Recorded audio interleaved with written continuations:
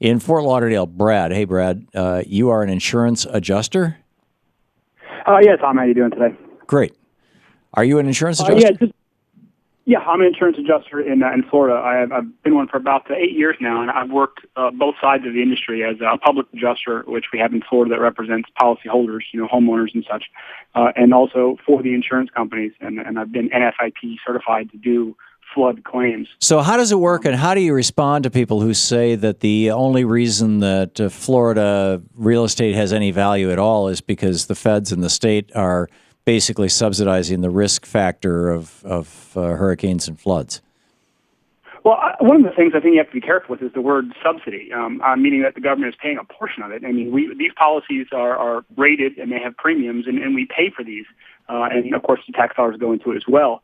For the NFIP, the premiums are pretty low, but that's because they spread the risk across the entire country, which is part of the problem with insurance in general, be it health or homeowners or otherwise, is that, we limit the risk pool, so the premiums are high. That's our problem in Florida with hurricane insurance.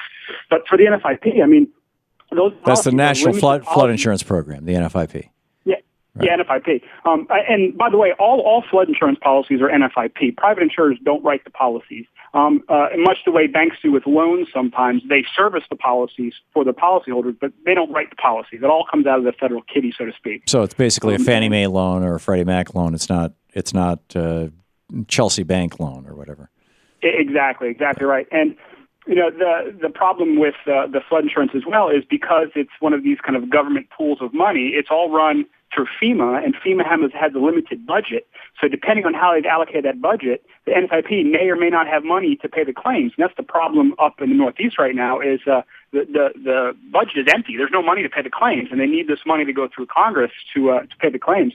One quick thing, I know that to bring a political note into this, and something you'll probably appreciate. I don't know if you remember during Hurricane Katrina, Trent Lott, the former Senate Majority Leader, had a house right there in the Gulf of Mississippi that was destroyed by Katrina, $750,000. Now, incidentally, he did have an NFIP policy, which only covers $200,000, but was on the floor of the Senate and had George Bush down there railing about getting money to help these people because, of course, him and all his friends in his rich neighborhood lost their homes.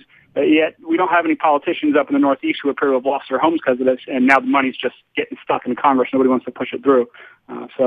Well, it's the Republicans who are stuck in Congress. It's not the Democrats. The Democrats are perfectly willing to jump in on this thing, as is the administration.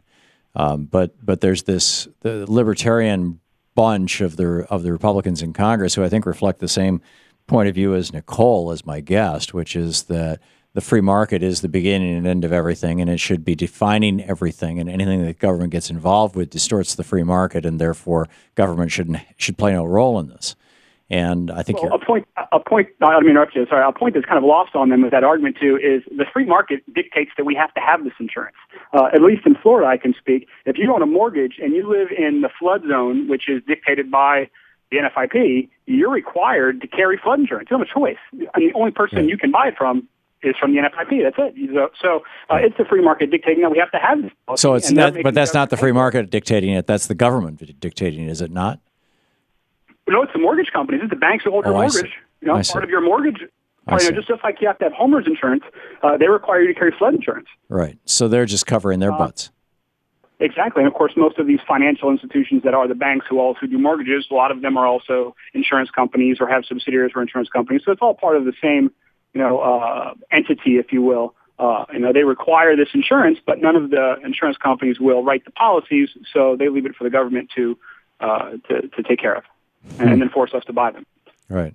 Now, what is the fund that ran out that has to be replenished with this legislation from Congress? I mean, if you've got a national flood insurance program, covers the entire nation, people all across the nation are paying into it, whether they live along a little stream in Oklahoma or they live on the West Coast or they live in Sandy Hook, it doesn't matter. Or not Sandy Hook, the ocean side. Sure. Shouldn't that be a federal pool of money, or are they regional? Do they operate as regional pools of money or state pools of money? How does that work? No, it's all FEMA. My understanding is this is all through FEMA, and it's all part of FEMA's budget. The money all goes into the federal coffers, and FEMA's budget certain amounts of money.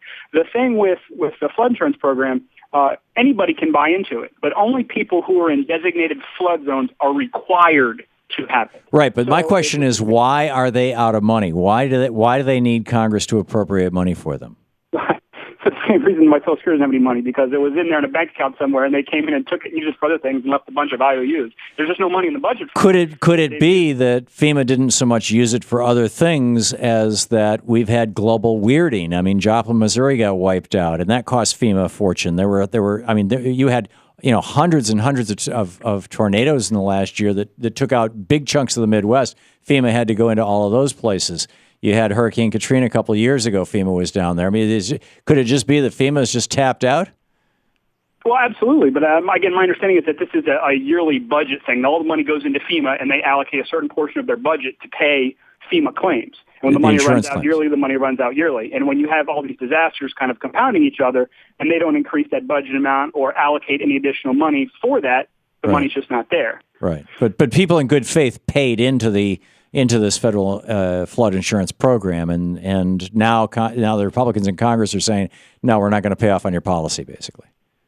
Absolutely. Yeah. That's exactly what it is. Part of the problem, of course, also is the premiums are ridiculously low. It's one of the things, and I live in Florida, and I pay paid as well, and I hate to see my bills go up. But I mean, to insure the max amount in Florida, and I live in an area that's a flood zone, my premium bill is $300 and change a month, and that covers $250,000 for my building, and that's a lot of money. Personal property. $300 a year. Excuse me. Oh, $300 a year. Okay. Not a $300 a year. Yeah. So, and the premiums are pretty low, and my understanding is that's pretty. That's a now. Could that be because they cap out these policies at $250,000? Well, yeah, absolutely, and that's another thing as well. These are very limited policies. This isn't like your homeowner's policy, and I know you had one caller previously who talked about how the stuff in his basement wasn't covered.